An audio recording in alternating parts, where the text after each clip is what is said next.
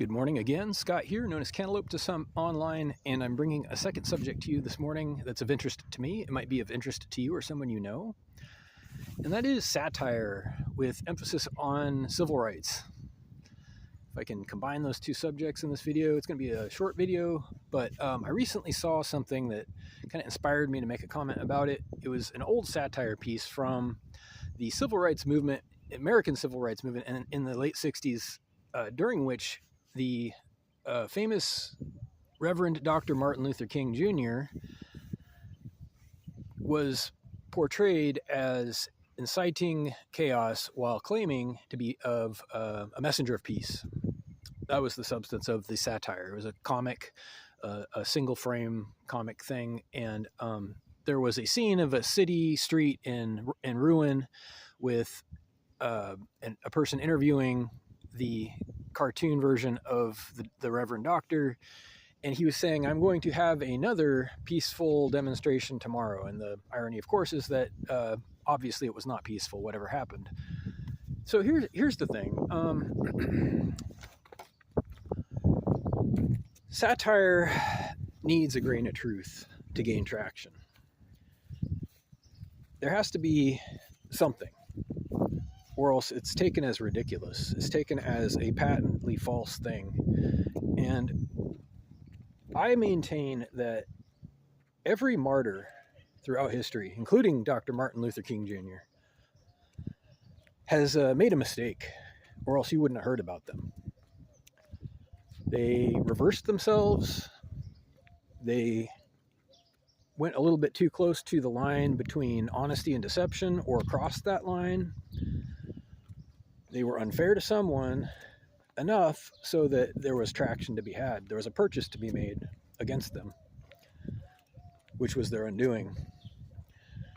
I believe in civil rights. I believe in activism and fairness. I believe in justice, most of all. And I believe most of the things that Dr. Martin Luther King Jr. fought for were very respectable, worthwhile things. I also think that sometimes when people are overly motivated, they make mistakes. It's important to continue to be fair to people, especially your enemies, which is why it's so hard for a lot of people to make progress, because they stoop, right? They stoop to levels. They try to fight fire with fire, so to speak. They do unto others what has been done to them, which is a reversal of the golden rule. You're supposed to do what you want to be done to you. It's different, completely different. They confuse these things, and they reverse themselves, or they lie, and at that point there's a grain of truth that can be used as traction in satire or whatever against them. And it is always used, especially if they're high profile, especially if it's someone who has been challenging the status quo or authority, fighting for things that make life less convenient for certain people, whether they're parasites or not. I think it's very easy, actually, to do the best you can, but it's also easy to forget that you have to. It's the most and the least you can do. What does that mean? It means that if you do any less than the best you can, someone's going to nail you for it. It's not really up to you anymore. Once you know that something is the right choice, if you do anything else, that is a crime.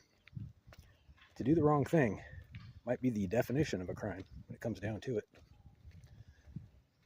No matter how much progress you think you've made, no matter how much work you've put into civil rights, liberating people, if you stoop, if you lie, if you reverse yourself, it doesn't matter what the reason is,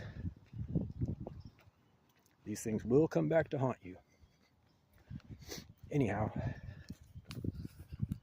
we hear a lot more bad stories than good stories, unfortunately. History is full of tragedies.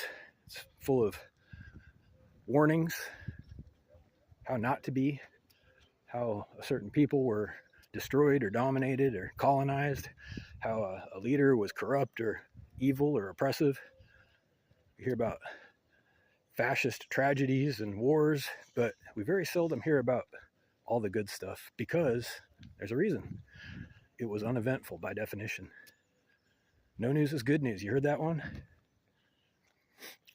There's tons and tons of great people and great stories great situations, great leadership, great progress, but it's not newsworthy because nothing happened.